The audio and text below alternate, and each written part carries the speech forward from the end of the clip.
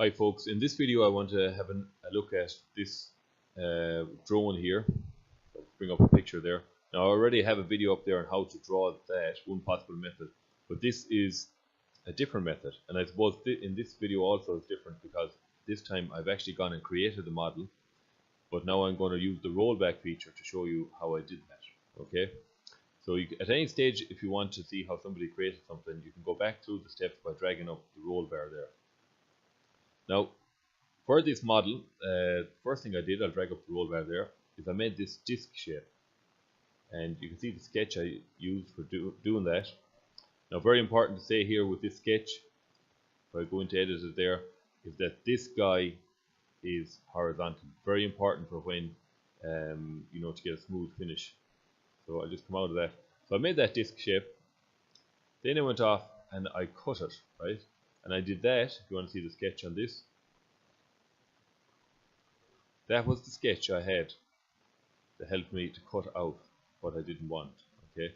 Now I did use these lines here, these construction lines, and once I got one that I was perfectly happy with, I mirrored it around then. So you can also actually go into sketches there, and you can do quite interesting things.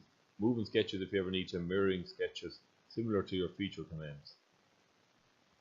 So when I had that mirror then, I then went and I put in an axis. So I did. Now you can put in an axis, or you can turn them on or off here if you ever want to turn them on or off. You can also get them up there. Then I did a variable fillet. Now we're probably used to going in a lot of the time, going in here to fillet and just picking a simple face fillet. But you can go in here and you can pick a variable size fillet. Now the icon is self-descriptive. You can see you can change it as you go along. So if I was to go in there, for example, now I filleted of course one side and then I mirrored it around, but what you will notice is that the fillet is fairly small at the start and then it widens out as you go along. So if you select that, you'll get different points on the curve. Usually I think it comes up as about 3 points, and every time when you click on a point then it would let you edit it. So you can see the way I've changed the radius. So the one at the start, for example, there is 12 and 10, okay, and you can play around with and see which is which. And then as I went inwards, I started to increase it up. So I went 20, 15, that was the second one, and then in the middle then I had a 30, 20. So it got bigger as I went in, and it gives a really nice kind of fillet to it when you see that, okay. The last thing I did then was I turned on the axis. You could turn it on there if you hadn't created it already. You drag down your circular pattern then, and you see that I just copy that around. Okay. So one other thing you could do in that there, if you wanted to know, is I could to get the bottom of it. Right. So we just go back to our picture again there for a second. Now sometimes the bottom might come down a bit more. Okay. And if it does that, there's different ways you can go about doing that. But one way I might do it is if I go to mirror first of all.